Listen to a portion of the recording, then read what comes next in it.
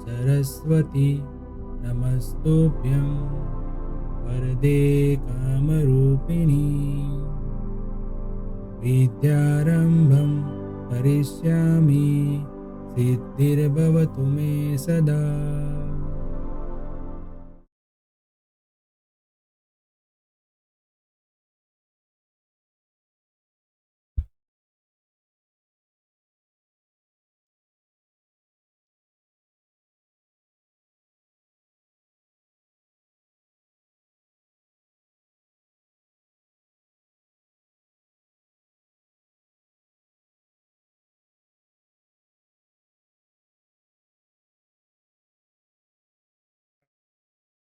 Hello everyone, welcome to Mantra e learning. Friend, accounting for manager में हम आज chapter number 2 start करने वाले हैं, रेशियो एनालिसिस। और आज के लेक्चर में हम देखने वाले हैं रेशियो एनालिसिस की मदद से हम क्या कर सकते हैं और क्या क्या डिसीजन मेकिंग में और एज अ अकाउंट मैनेजर हम बिजनेस को मैनेजमेंट के अंदर या इम्पोर्टेंट डिसीजन के अंदर रेशियो एनालिसिस की हेल्प से किस तरीके से सपोर्ट कर सकते हैं। ठीक है, आज के लेक्चर में हम देखने वाले हैं इंट्रोडक्शन, कैलकुलेशन किस तरीके से करेंगे हम, वो उसकी मेथड देखेंगे और बहुत सी इंपॉर्टेंट सी फॉर्मूलाज भी देखेंगे। ये जो चैप्टर है पूरा वो फॉर्मूला के ऊपर बेसिस है और वो फॉर्मूला हमें याद रखनी है, तो वो उसका हम आपको थोड़ा बहुत हिंट भी देंगे कि इसको आपको किस तरीके से याद रखनी है। ठीक है, चलिए तो शुरू कर दें।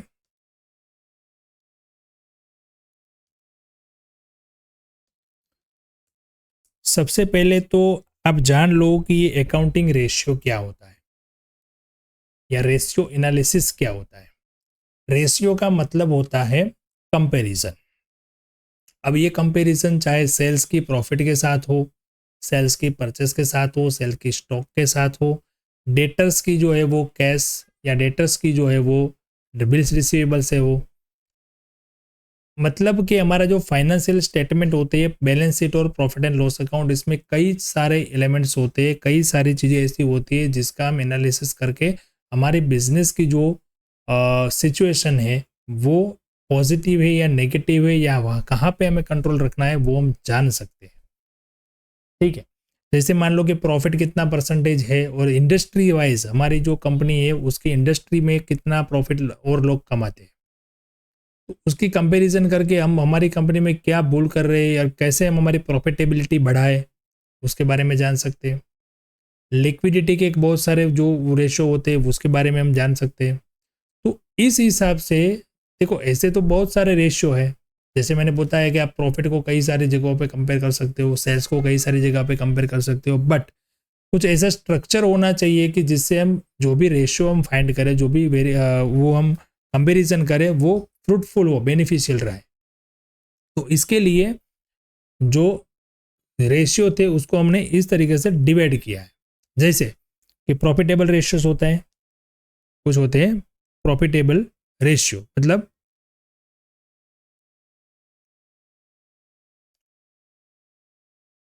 प्रॉफिट के सारे रेशियो।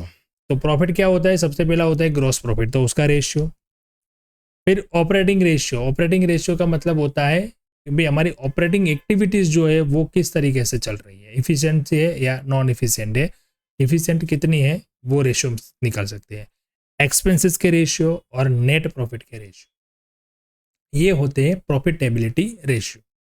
अब देखो, दो फाइनेंशियल स्टेटमेंट हमारे पास रहते हैं, एक होता है प्रॉफिट एंड लॉस स्टेटमेंट, दूसरा होता है बैलेंस शीट। तो ये जो प्रॉफिटेबिलिटी रेशियो है वो सारी डिटेल हमें कहाँ से मिलेगी, वो मिलेगी हमें प्रॉफिट एंड लॉस के स्टेटमेंट में से। तो ग्रॉस प्रॉफिट से शुरू करेंगे, तो देखो अब ग्रॉस प्रॉफिट है, उसमें क्या क्या चीज़ें आती है, सेल्स, परचेस, स्टॉक वगैरह, जितना ट्रेडिंग अकाउंट का पार्ट होता है वो।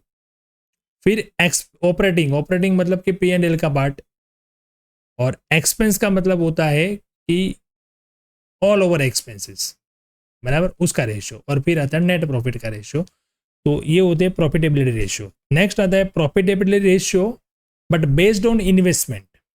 पहले प्रॉफिटेबिलिटी था बट वो बेस्ड था ऑन सेल।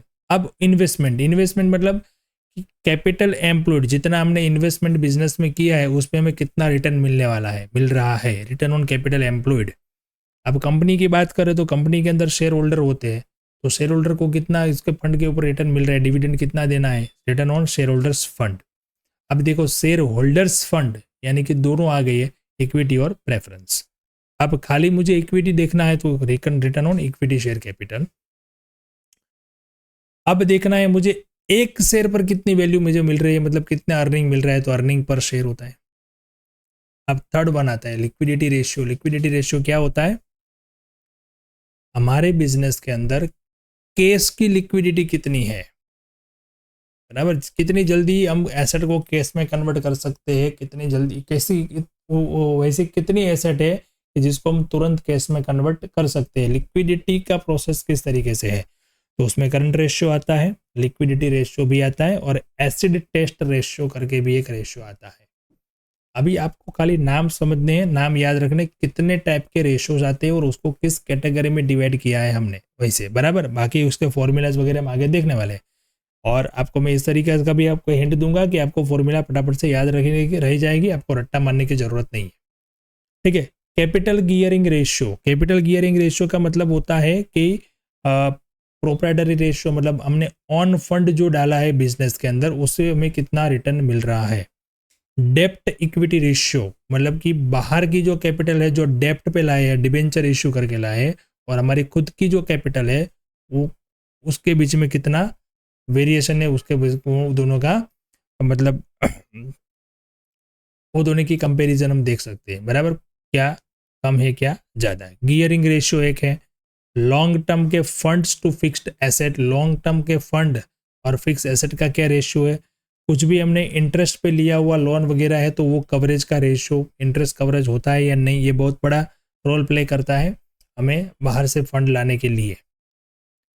फिर होता है टर्नओवर। टर्नओवर का मतलब कि सेल्स का मतलब स्टॉक टर्नओवर, हमें कितने समय में स्टॉक टर्नओवर करना पड़ता है। डेटर्स की वेलोसिटी रेशियो, क्रेडिटर्स की वेलोसिटी रेशियो, और टोटल एसेट टर्नओवर, डेप्ट सर्विस कवरेज रेशियो। तो देखो यहाँ पे 5 टाइप्स के हमने अलग अलग से रेशियोज देखे, वो अलग अलग तरीके से हमें यूज करने हैं, बराबर। देखो ये आपने आगे बीकॉम में भी पढ़ा हुआ चैप्टर है, आपको फॉर्मूलाज तो कई सारी याद भी होगी, बट अब इसको हमें मैनेजमेंट के हिसाब से डिसीजन मेकिंग में किस तरीके से यूज करना है। आपको यहाँ पे ऐसे भी क्वेश्चन आते हैं कि जहाँ पे आपको रेशियोज दिए गए हैं उसके ऊपर से आपको फाइनेंशियल स्टेटमेंट प्रिपेयर करने हैं, वो पूरे का पूरा एनालिसिस यहाँ पे आपको, पूरी जो फॉर्मूला कैसे बनती है ये सारी वो भी आपको समझनी पड़ेगी, तब जाके आप वो कैलकुलेशन आसानी से कर पाएंगे, ठीक है।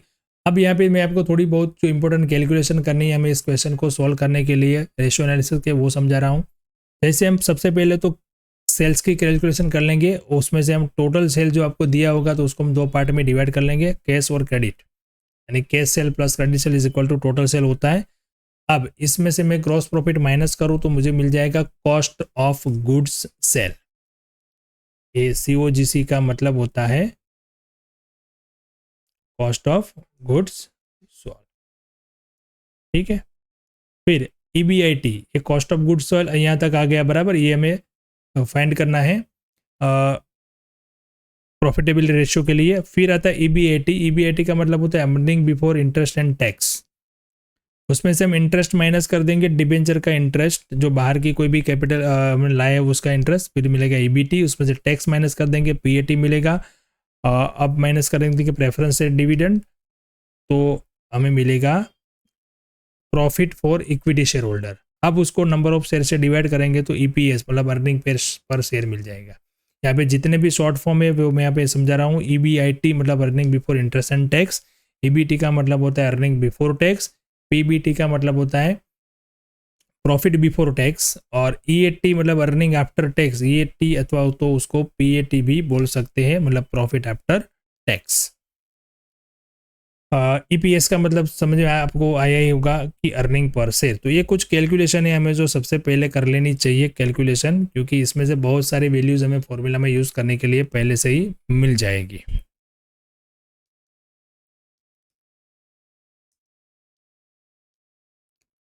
और एक फॉर्मेट है, यहाँ पे हम देखेंगे कि देखो कैपिटल एम्प्लॉयड की एक फॉर्मूला थी और एक शेयर होल्डर फंड था और दूसरा था इक्विटी शेयर होल्डर फंड। ये तीनों का मीनिंग समझ लिए। पहला कैपिटल एम्प्लॉयड मतलब सारी कैपिटल, इक्विटी शेयर का आ गया, प्रेफरेंस शेयर का भी आ गया और डिबेंचर का भी आ गया, मतलब बाहर से जो लाए वो भी आ गया। शेयर होल्डर खाली दो ही आएंगे, इक्विटी और प्रेफरेंस, और इक्विटी शेयर होल्डर में खाली आएंगे इक्विटी, बराबर। अब क्या क्या इसमें आता है देखिए। सबसे पहले इक्विटी शेयर कैपिटल तो सबके लिए आएगी, कैपिटल एम्प्लॉयड में भी आएगी, शेयर होल्डर फंड में भी आएगी और इक्विटी शेयर होल्डर के फंड में भी आएगी। प्रेफरेंस शेयर कैपिटल है वो इक्विटी शेयर होल्डर में नहीं आएगी। रिजर्व जो है वो तीनों में आएगी क्योंकि तीनों का पार्ट है। P&L भी सब में आएगा, तीनों के अंदर।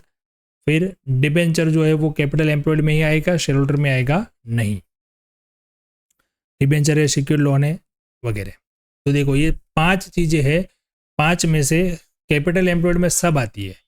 अब इसमें से आप डिबेंचर एंड सिक्योर्ड लोन और प्रेफरेंस शेयर निकाल दो तो आपको मिल जाएगा इक्विटी शेयर होल्डर्स फंड। खाली डिबेंचर निकाल दो तो मिलेगा आपको शेयर होल्डर फंड।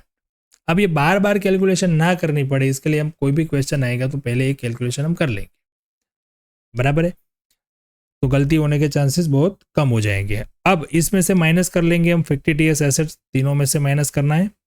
और ये सब जो है ना सब फॉर्मूला से, वो आपको मैं इसलिए समझा रहा हूँ कि आपको ये फॉर्मूला याद नहीं रखनी है, एक टेबल याद रख लो, ये टेबल आपको बना देना है।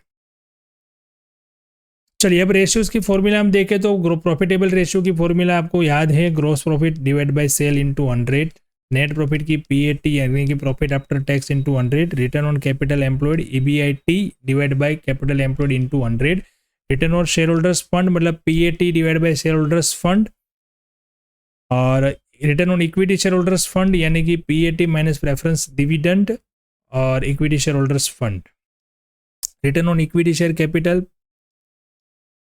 देखो ये जितनी भी फॉर्मूला यहाँ पे है, अब आपको इसको याद कैसे रखना है, बराबर। सबसे पहले तो यहाँ पे 6 फॉर्मूला है। सबसे पहले gross profit divide by sale, मतलब फॉर्मूला जो भी है वो प्रॉफिट किस पे बेस है वो आपको याद रखना है। तो हमने 2 फॉर्मूलाज पहले देखी थी जो थी सेल्स के बेस पर। तो सेल्स के बेस पर जो प्रॉफिट है वो ग्रॉस प्रॉफिट और नेट प्रॉफिट है, तो ऑलवेज डिवाइड बाय सेल ही आएगा। Gross profit divide by sale into 100, net profit divide by sale into 100। Next return on capital employed, यहाँ पे देखो return on capital employed, on share holder fund, on equity share holder fund, on equity share capital. On जिस पे भी आपको दिया है ना वो यहाँ पे देखो यहाँ पे आ रहा है। अब आपको इसमें प्रॉफिट कौन सा लेना है वो खाली समझ के याद रखना है। Return on capital employed, capital employed का मतलब होता है सारी कैपिटल। सारी कैपिटल का मतलब इक्विटी शेयर आ गया, प्रेफरेंस शेयर आ गया, बाहर की लोन भी आ गई, तो इसमें पूरा प्रॉफिट आएगा। पूरा प्रॉफिट मतलब earning before interest and tax, earning before interest and tax यानी EBIT। अब शेयर होल्डर पे आए तो शेयर होल्डर पे आए तो प्रॉफिट आफ्टर टैक्स, टैक्स भरने के बाद जो बचता है वो शेयर होल्डर का होता है, तो उसके बाद उसको जो प्रॉफिट आएगा वो आएगा profit after tax. Equity share holder के लिए आया तो प्रॉफिट आफ्टर टैक्स में से प्रेफरेंस डिविडेंड निकल जाएगा, और इक्विटी शेयर कैपिटल पे आएगा तो भी वही आएगा PAT minus preference dividend, but divide by आएगा preference share equity share capital. तो इस तरीके से आपको याद रखना है, और ये आपको कंसेप्ट भी क्लियर होगा कि भाई मैं कौन सी कैलकुलेशन कर रहा हूँ। आपने फॉर्मूला रट्टा मार लिया, आपने कैलकुलेशन कर दी, आपने एग्जाम में मार्क ला लिए, पर आपको वो फॉर्मूला क्या कहती है वो क्यों यूज करना है वो पता नहीं चलेगा। ठीक है, कैपिटल एम्प्लॉयड क्या आएगा EBIT divide by capital employed. Share holder के फंड में आएगा PAT क्यों आएगा क्योंकि शेयर होल्डर को जो प्रॉफिट मिलता है वो आफ्टर टैक्स होता है, उसी में उसका पार्ट मिलता है। अब सेकंड वाला जो था वो लिक्विडिटी रेशियो था। लिक्विडिटी रेशियो के अंदर हम current ratio, liquid ratio, quick ratio, asset test और नेट वर्किंग कैपिटल रेशियो देखेंगे। ठीक है, चलो पहले ये 4 फॉर्मूला देख लेते हैं। करंट रेशियो पता है, current asset divide by current liability, current asset और लायबिलिटी की कंपैरिजन है। लिक्विड रेशियो के अंदर खाली लिक्विड एसेट आएगी, और लिक्विड एसेट का मतलब क्या होता है, करंट एसेट विदाउट स्टॉक। तो करंट एसेट माइनस स्टॉक कर लेंगे, तो फॉर्मूला सिंपल सी है। अब क्विक यानी कि एसेट टेस्ट जो रेशियो है हमारा, जो उसमें क्या आएगा, तो ऐसी कोई भी करंट एसेट जिसको हम तुरंत कैश में कन्वर्ट कर सके, ऐसी ही करंट एसेट आएगी। तो स्टॉक तो बिल्कुल नहीं आएगा, उसमें कैश आएगा, बैंक आएगा और इजीली मार्केटेबल सिक्योरिटी, ऐसी कोई भी इन्वेस्टमेंट जो हम आज सेल करें तो हमें आज के आज पैसा मिल जाए। तो ये तीन चीजें आएगी डिवाइड बाय करंट लाइबिलिटीज। तीनों के तीन में देखो कौन क्या है, डिवाइड बाय करंट लाइबिलिटी। अभी कंपेरिजन ही है, तो कंपेरिजन किसकी करनी है, एसेट और लाइबिलिटी की। तो current asset divide by current liability, current ratio. Liquid asset divide by current liability, liquid ratio. और एसिड के अंदर आएंगे हम जो तुरंत कैश में कन्वर्ट सके, ऐसी asset. Net working capital ratio, net working capital का मतलब होता है current asset minus current liability. यहाँ पे आप नेट वर्किंग भी लिख सकते हो, यहाँ पे ये जो फॉर्मूला वो नेट वर्किंग कैपिटल की है, नेट वर्किंग कैपिटल भी लिख सकते हो। यहाँ पे मैंने लिख दिया है current asset minus current liability divided, वही चीज है बट उसमें हमें फिक्स एसेट प्लस कर देनी है, fix asset plus current asset minus current liability. तो ये हमें नेट वर्किंग कैपिटल का रेशियो मिलता है। लिवरेज, लिवरेज का मतलब होता है, लिवरेज का मतलब होता है हमें कोई भी चीज इंटरेस्ट पे ली, मतलब हमारे पास नहीं है ना, फिर भी हमने वो पैसा खर्च कर दिया, उसको हम लिवरेज बोलते हैं नॉर्मल लैंग्वेज। नॉर्मल मीनिंग में आपको समझाऊं लिवरेज का मीनिंग, तो लिवरेज का मतलब ये होता है कि हमारे पास है नहीं, जैसे क्रेडिट कार्ड समझ लो, ऐसा है नहीं पर हमने क्रेडिट कार्ड पे खर्च कर दिए, पर जब पैसा भरना आया तब होना चाहिए, अगर नहीं है तो प्रॉब्लम। तो लिवरेज रेशियो जो है वे हमें वो दिखाता है कि भाई हमने जो डेप्ट लिया है उसका रेशियो क्या है। मतलब सबसे पहले लॉन्ग टर्म के डेप्ट के बेस पे, on base of long term, यानी लॉन्ग टर्म डेप्ट divide by share holders fund. हमने जितना भी लोन लिया है वो पे करने की हमारी कितनी वो बोलते हैं कि क्या बोलते हैं उसको, कितनी हमारी कैपेसिटी है। हम आज के आज अगर तुरंत मुझे पे करना है सारा डेप्ट तो मैं कर सकता हूँ, ये सिचुएशन वो होता है लिवरेज रेशियो।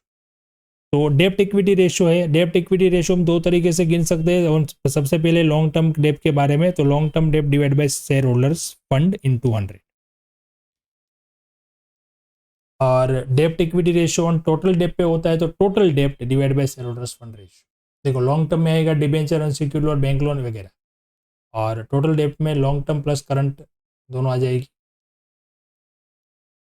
डेप्ट कैपिटल एम्प्लॉयड रेशियो, डेप्ट कैपिटल एम्प्लॉयड रेशियो ये लॉन्ग टर्म डेप्ट पे ही आता है, बराबर। Long term dept divided by total capital employed, हमने जो इतनी कैपिटल एम्प्लॉयड की है वो और हमारा लॉन्ग टर्म का डेप्ट, उसकी कंपैरिजन है। Capital gearing ratio, fix interest bearing securities और इक्विटी शेयर कैपिटल का ये डिफरेंस है, मतलब कि ये रेशियो है। Preference share capital plus debenture plus long term loan divide by equity share capital, ये फॉर्मूला देखो यहाँ पे, fixed interest bearing securities divided by equity share capital लिखा मैंने। Fixed interest bearing security, preference share fix dividend देना पड़ता है, debenture fix dividend interest देना पड़ता है, और लॉन्ग टर्म लोन्स उसमें भी फिक्स हमें देना पड़ता है। तो ये हो गई फिक्स इंटरेस्ट बियरिंग सिक्योरिटीज। आप ये भी फॉर्मूला लिख सकते हैं, वो भी लिख सकते हैं। कैपिटल गियरिंग का ये मतलब होता है कि हमने जो भी इंटरेस्ट फिक्स किया हुआ है वो और हमारा इक्विटी शेयर कैपिटल का रेशियो मतलब क्या है, उसका कंपेरिजन क्या है, कम है या ज़्यादा। Fix asset to long term fund ratio, fix asset divide by long term funds into 100। Proprietary ratio आता है share holders fund divided by total asset, total of asset side minus 50 days asset. और सबसे important interest coverage ratio, profit before interest and tax यानी कि EBIT divided by interest, profit before interest depreciation and tax, profit before interest and tax, interest और tax दोनों minus किए पहले का profit, कभी कभी डेप्रिसिएशन के पहले का भी प्रॉफिट हम लेते हैं, और डिवाइडेड बाय इंटरेस्ट। अब देखो ये 6 फॉर्मूला जो है वो हम किस तरीके से याद रखेंगे। तो सबसे पहले थी डेप्ट equity ratio on basis of total डेप्ट, और आगे था वो था on total on long term debt. Dept equity, उसके नाम से यह याद रखो, डेप्ट इक्विटी। तो सबसे पहले क्या है, डेप्ट। तो डेप्ट मतलब जो भी डेप ऑन बेस है वो ऊपर आएगा, और इक्विटी का मतलब होता है शेयर होल्डर्स फंड। डेप्ट कैपिटल, तो डेप्ट divide by capital employ. Capital gearing, capital gearing का मतलब होता है फिक्स्ड इंटरेस्ट वाली security divided by equity share capital. अब देखो यहाँ पे थोड़ा ये तो वो उतना तो आपको दिमाग लगा के याद रखना पड़ेगा। फिक्स एसेट तो लॉन्ग टर्म, बस उसका दोनों का कंपैरिजन करना है, fix asset divide by long term funds.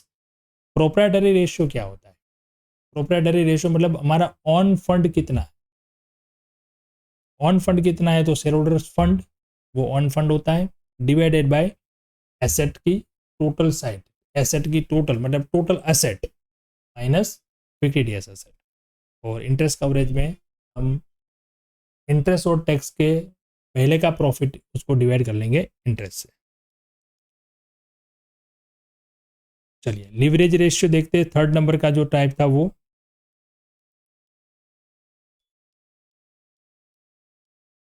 और उसके बाद ऑपरेटिंग रेशियो देखेंगे।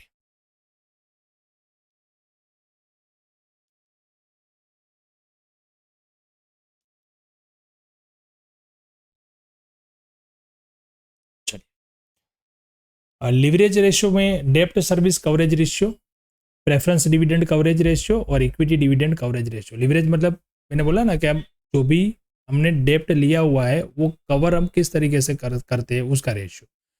तो डेप्ट सर्विस मतलब profit after tax plus depreciation plus interest on loan. Profit after tax हमने प्रॉफिट जो निकाल लिया आफ्टर टैक्स, उसमें हम डेप्रिसिएशन प्लस करेंगे और इंटरेस्ट भी प्लस करेंगे। यानी ऐसा भी बोल सकते हैं हम कि profit before tax depreciation and interest on loan, पर उसमें से वापस हमें टैक्स माइनस करना पड़ेगा, इसलिए हमने वो नहीं लिया, पर क्या लिया, profit after tax plus depreciation plus interest on loan divided by interest on loan plus lone repayment during the year. इस साल में हमने कितना लोन पे किया, इस साल में कितना लोन का अमाउंट रीपेमेंट किया वो, और उसका इंटरेस्ट, उसके साथ हम हमारे प्रॉफिट को कंपेयर करेंगे, तब हमें पता चलेगा कि हमारा जो डेप्ट कवरेज रेशियो क्या है, हम कितना डेप्ट एक साल में कवर कर रहे हैं। Second, reference dividend, reference dividend भी फिक्स होता है, वो हम देते हैं, तो वो कवर हो रहा है या नहीं। तो प्रॉफिट आफ्टर टैक्स, उसमें डेप्रिसिएशन और लोन का इंटरेस्ट नहीं होगा, प्रॉफिट आफ्टर टैक्स, क्योंकि डिविडेंड भी आफ्टर टैक्स ही दिया जाता है, बराबर, divide by preference dividend. Equity dividend का है, उसमें से प्रेफरेंस डिविडेंड माइनस कर लेंगे और divide by proposed equity dividend, जो हमने डिविडेंड डिक्लेयर किया है वो। अब ऑपरेटिंग रेशियोज, ऑपरेटिंग रेशियो मतलब ऑपरेटिंग एक्टिविटीज जो हो रहा है उसका रेशियो, इफिशिएंसी में से पता चलती है। ऑपरेटिंग रेशियो में सबसे पहले आएगा cost of goods sold plus operating expense divided by sales. ये सारे ऑपरेटिंग एक्टिविटी मतलब सेल्स, तो सेल्स के बेस पर ही आएगा। Material cost ratio, material consume divide by sale. Labour cost मतलब labour cost divide by sale into 100। आप फिक्स्ड ओवरहेड का भी आ जाएगा, fixed overhead ratio, fixed overhead ratio, factory overhead divide by sales into 100। ठीक है, तो ये हमने अभी तक देखे वो रेशियोज थे। अभी और इसमें थोड़ी फॉर्मूलाज बाकी है, बट वो हम नेक्स्ट लेक्चर में देखेंगे, क्योंकि फिर इतनी फॉर्मूला देख के भी आप भी घबरा जाओगे कि सर ने कितनी फॉर्मूलाज लिखवा दी, बट ये जरूरी है। कोई एक भी फॉर्मूला अगर हमने मिस कर दी तो कोई एक क्वेश्चन हमें एक फॉर्मूला से भी सोल्व करने में बड़ी दिक्कत होने वाली है, वो समझ लेना। ठीक है, तो ठीक है, चलो मिलते हैं नेक्स्ट लेक्चर में, थोड़ी जो फॉर्मूलाज बाकी उसके बारे में डिस्कस करेंगे और फिर प्रैक्टिकल क्वेश्चन पे आएंगे। Okay, thank you and have a good day.